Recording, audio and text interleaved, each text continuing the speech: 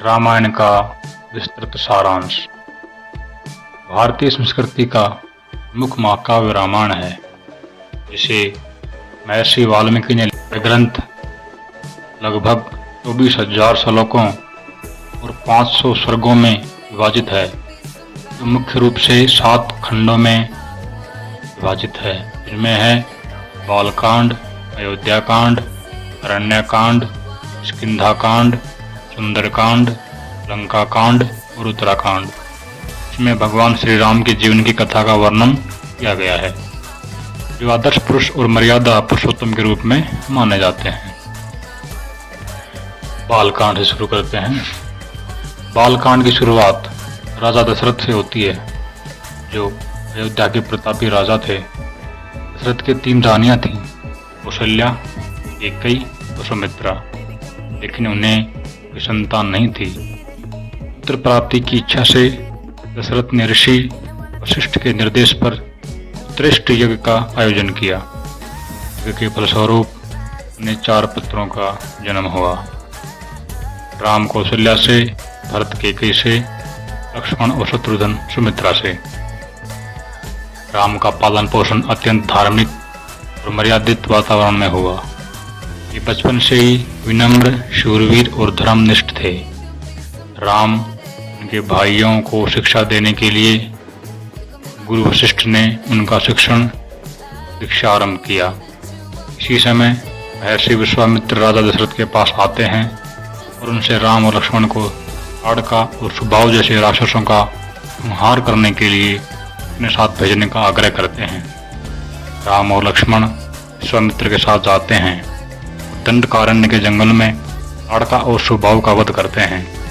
इसके बाद वे मिथिला नगरी की ओर प्रस्थान करते हैं, जहाँ राजा जनक ने अपनी पुत्री सीता के स्वयंवर का आयोजन किया गया था।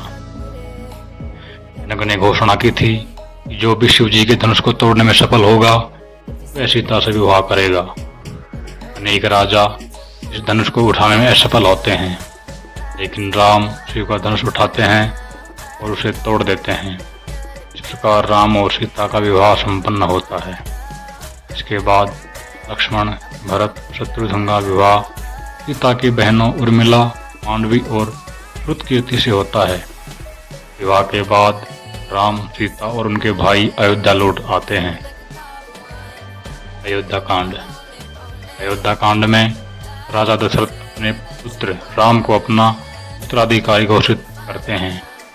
राम के राज्याभिषेक की तैयारियां शुरू हो जाती हैं, लेकिन दशरथ की रानी कैकेयी की दासी मंथरा उसे भड़काती है।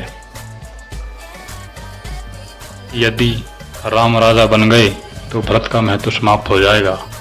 मंथरा के प्रभाव में आकर कैकेयी राजा दशरथ से अपने 2 वरदान मांगती है, जो दशरथ ने पहले उसे दिए थे। पहला वरदान था कि राम को 14 वर्षों का वनवास भेजा जाए, और दूसरा वरदान था भरत को अयोध्या का राजा बनाया जाए।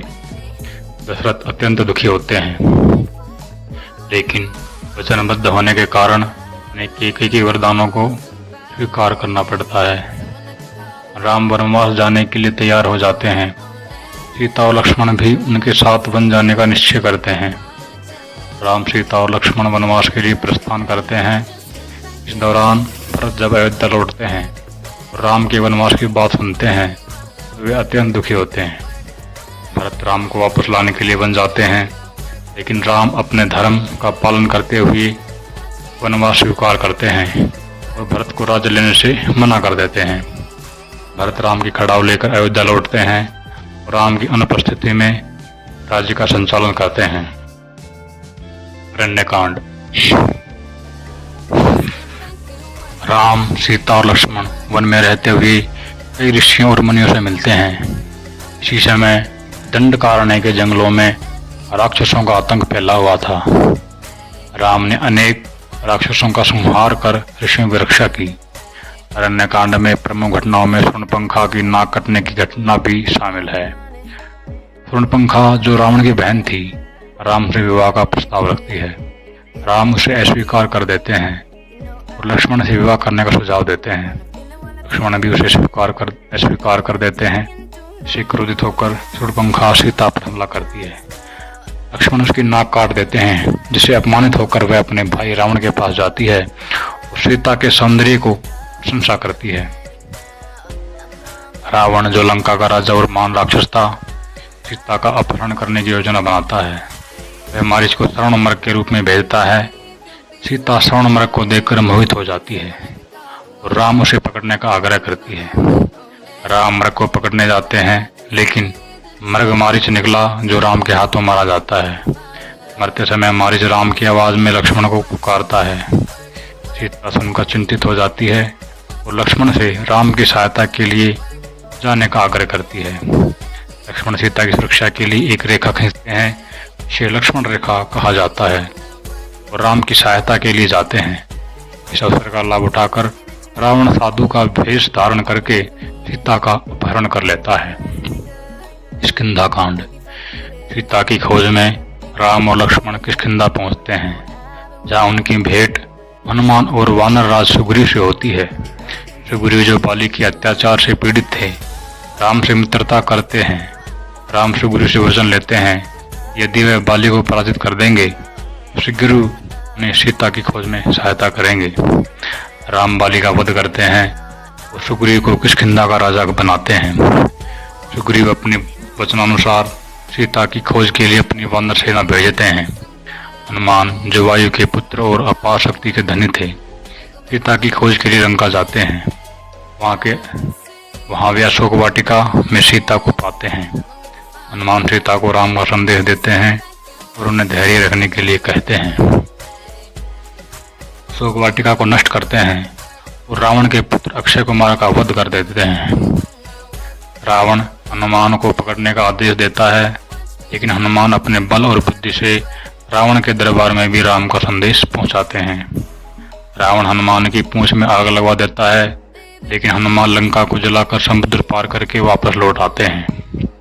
सुंदरकांड। सुंदरकांड हनुमान की वीरता और भक्ति को दर्शाता है। हनुमान सीता से मिलते हैं, रावण को चुनौती देते हैं, लंका को जलाते हैं और वापस राम के पास लौटकर उन्हें सीता का समाचार देते हैं। यह कांड रामायण का सबसे लोकप्रिय और महत्वपूर्ण हिस्सा माना जाता है, क्योंकि इसमें हनुमान के अद्वितीय साहस, भक्ति और धैर्य का वर्णन किया। कांड। लंका कांड रामायण का सबसे महत्वपूर्ण कांड है, जिसमें राम और रावण के बीच महायुद्ध का वर्णन होता है। यह कांड लंका पर विजय प्राप्त करने, सीता को मुक्त कराने के लिए राम और उनकी सेना की वीरता को दर्शाता है। जब हनुमान सीता का समाचार लेकर वापस आते हैं तो राम लंका पर आक्रमण की योजना बनाते हैं। सुग्रीव, हनुमान, अंगद, नल और नील वानर सेना राम के साथ लंका पर चढ़ाई करने के लिए तैयार हो जाते हैं। सबसे पहले राम को समुद्र पार करना था, जो लंका और भारत के बीच बाधा के रूप में खड़ा था। राम समुद्र देवता से रास्ता देने की विनती करते हैं, लेकिन जब समुद्र देवता उनकी प्रार्थनाओं को नहीं सुनते तो राम क्रोधित होकर अपने बाण से समुद्र को सुखाने का संकल्प करते हैं। भयभीत होकर समुद्र देवता राम से क्षमा मांगते हैं और उन्हें पुल बनाने का मार्ग दिखाते हैं। नल और नील, जो वानरों के बीच कुशल इंजीनियर थे, राम की सेना के साथ समुद्र पर पत्थरों से पुल का निर्माण करते हैं, जिसे राम सेतु कहा जाता है। इस पुल के माध्यम से राम और उनकी सेना लंका पहुंचती है। युद्ध का आरंभ। लंका पहुंचने के बाद राम रावण को शांति का प्रस्ताव भेजते हैं। वह हनुमान के माध्यम से संदेश भेजते हैं कि यदि रावण सीता को बिना युद्ध के लौटा देता है तो राम उसे माफ कर देंगे, लेकिन रावण अपने अहंकार और शक्ति के मद में चूर होकर राम का प्रस्ताव ठुकरा देता है। इसके बाद युद्ध की घोषणा और रावण की सेना के बीच भयंकर युद्ध होता है। इस युद्ध में रावण के कई प्रमुख योद्धा मारे जाते हैं, इनमें रावण का भाई कुंभकर्ण, उसका पुत्र मेघनाथ और अन्य राक्षस शामिल हैं। युद्ध में राम की सेना प्रमुख योद्धाओं में हनुमान, लक्ष्मण, सुग्रीव, अंगद, जामवंत और विभीषण शामिल थे। विभीषण, जो रावण का भाई था, रावण के अधर्म और अन्यायपूर्ण नीतियों से असंतुष्ट होकर राम की शरण में आ गया था। उसने राम को रावण के युद्ध कौशल और उसकी सेना की रणनीतियों के बारे में जानकारी दी, जिससे राम की सेना को बड़ी सहायता मिलती है। मेघनाथ का वध। रावण का पुत्र मेघनाथ अत्यंत शक्तिशाली और मायावी योद्धा था। उसने इंद्र को पराजित कर इंद्रजीत की उपाधि प्राप्त की थी। मेघनाथ ने अपनी मायावी शक्तियों से राम की सेना को काफी नुकसान पहुंचाया। उसने एक बार लक्ष्मण को गंभीर रूप से घायल कर दिया था। लक्ष्मण की हालत गंभीर हो गई थी और राम अत्यंत दुखी थे। तभी विभीषण ने सलाह दी कि संजीवनी बूटी ही लक्ष्मण को जीवन दान दे सकती है। हनुमान संजीवनी बूटी लाने के लिए हिमालय पर्वत पर गए और पूरा उठाकर लंका ले आए। इस बूटी से लक्ष्मण को पुनः जीवन दान मिल गया। इसके बाद लक्ष्मण ने मेघनाथ का वध किया, जो रावण के लिए एक बड़ा आघात था। मेघनाथ की मृत्यु से रावण और अधिक क्रोधित हो गया और उसने स्वयं युद्ध में उतरने का निर्णय लिया। रावण का वध। अंत में रावण और राम के बीच भयंकर युद्ध हुआ। 10 सिर और 20 भुजाओं वाला महापराक्रमी योद्धा था और उसके पास अपार महाशक्ति थी। राम और रावण के बीच घोर संग्राम युद्ध हुआ। इस युद्ध में राम और विभीषण और मारीच के भतीजे राक्षस मय के पुत्र मेघनाथ की योजना विभीषण की सहायता से विजय प्राप्त होती है। रावण के पास अमरता का वरदान था, लेकिन राम ने ब्रह्मास्त्र का प्रयोग करके रावण का वध कर दिया। सीता की मुक्ति। लेकिन सीता की पवित्रता पर लोगों के संदेह करने पर राम ने उनकी अग्नि परीक्षा ली। सीता ने बिना किसी डर के इस परीक्षा का सामना किया और अग्नि से सुरक्षित बाहर निकली, जिससे उनकी पवित्रता सिद्ध हुई। इसके बाद राम और सीता का पुनर्मिलन हुआ। विभीषण को लंका का राजा बनाया गया और राम, सीता, लक्ष्मण और वानर सेना अयोध्या लौटने के लिए तैयार हो गए। उत्तराकांड। रामायण का अंतिम कांड है, जिसमें राम का राज्याभिषेक और उनके द्वारा राम राज्य की स्थापना का वर्णन मिलता है।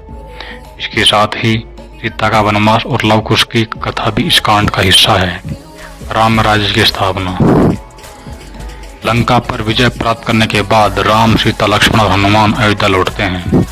अयोध्या में सभी लोग उनके स्वागत के लिए उत्सुक थे। भरत, जो राम की अनुपस्थिति में राज्य का संचालन कर रहे थे, राम की खड़ाऊ को वापस उन्हें सौंपते हैं।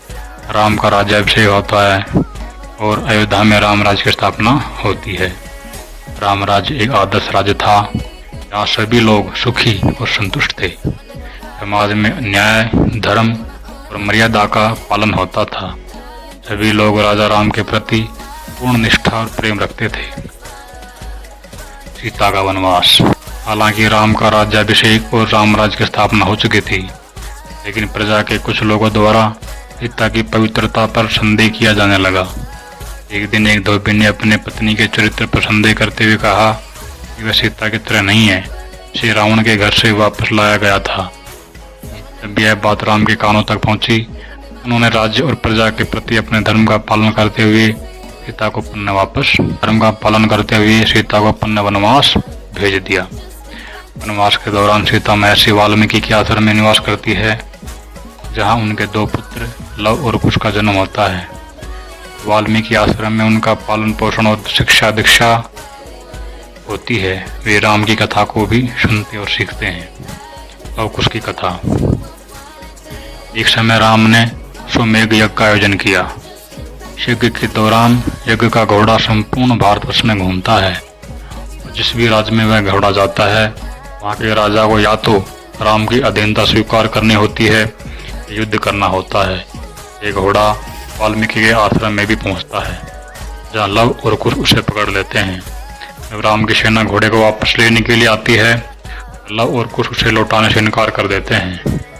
युद्ध में राम की सेना को पराजित कर देते हैं। अंततः राम स्वयं आते हैं, लव और कुश के साथ युद्ध करते हैं। भी वाल्मीकि आकर उन्हें बताते हैं लव कुश राम और सीता के पुत्र हैं। राम लव और कुश को पहचान कर उन्हें गले लगाते हैं और सीता को वापस अयोध्या बुलाते हैं। लेकिन सीता अब वापस लौटने के लिए तैयार नहीं होती है। वह पृथ्वी माता से अपनी शरण मांगती है। पृथ्वी माता उन्हें अपनी गोद में समा लेती है।